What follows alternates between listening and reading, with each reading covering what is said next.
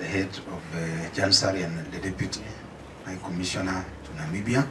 Your Excellency, I know you have and with me I have Ambassador Mburu. Mburu is the chair and the members of the Kenya Welfare Association and all the Kenyans here who are with us, the State Department of Diaspora Affairs, to show the seriousness it has on the welfare. We have interacted with them. In fact, I almost know all of them by name. We've talked together because we found time to be with us. Some of the issues that have been raised are the issues that are being addressed in the joint, including the issue of the a renewed health MOU and many others. They are very good ambassadors. They represent us. When there are issues, I call the association, we will resolve as family. We will always work closely, represent your interest, but also project and promote the image of our. As we conclude, sir, Mr. Martin Wasike, who is the Minister Councillor, and Mr. Vidinho, and we will work closely with them. I must appreciate them, and they are very experienced officers, sir. You know it. Worked for 32 years, and we appreciate the work they do. Let me conclude by then. Your Excellency, sir, and fellow Kenyans, to our pen. The Prime Cabinet Secretary and Cabinet Secretary for Foreign and Diaspora Affairs, the Honorable Dr. We have had Kenya's foreign policy sometimes on paper, but one thing has never quite happened. It has never been owned by the people of Kenya directly. What do I mean? It has been the preserve of the executive.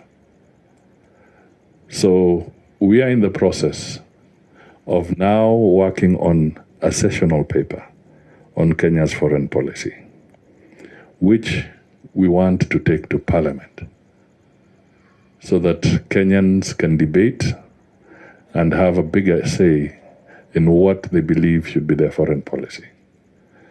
Now, you've raised a lot of fundamental issues here through your chairman and others which sometimes are in your mind.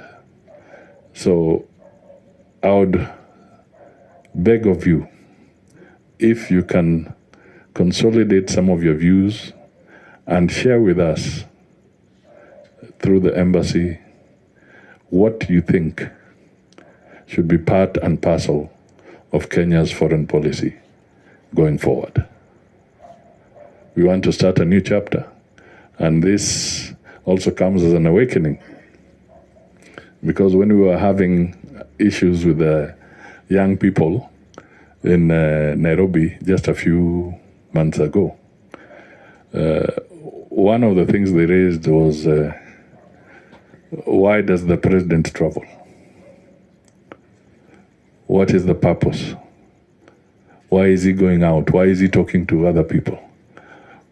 So it may look like a simple question, but it speaks volumes. That it means that Kenyans do not feel what our foreign policy is all about.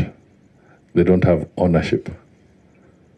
And therefore, we need to find a way of beginning to look at it from a different perspective. And you, as Kenyans in the diaspora, have got a big opportunity to enrich that foreign policy and make us understand it better, make us define it better, so that going into the future, we'll have a better approach. As Kenyans, we have an opportunity to provide leadership to the African Union Commission. And Kenya has settled on the Right Honorable Raila Odinga as the Kenyan candidate for this assignment. He's facing 4 competitors from Madagascar, Mauritius, and Djibouti.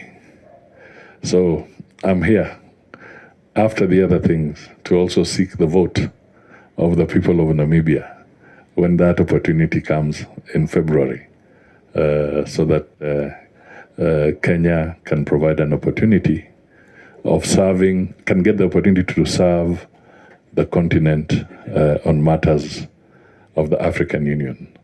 And the history, as you know it, goes back, I think Jomo Kenyatta donated a Land Rover to SWAPO in 1964 as part of the build-up of this process of trying to foster unity. And then, of course, the partnership with UNITAG. And today, we are still very strong working with Namibia. So I'm here to really consolidate that partnership. And the issues that you bring up are extremely critical because those are the ones that will continue to build and foster our relationship.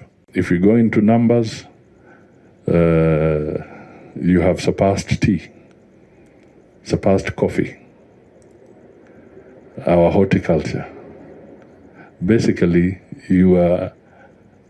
Kenyans in the diaspora are very key in stabilizing the rate of the shilling against hard currencies.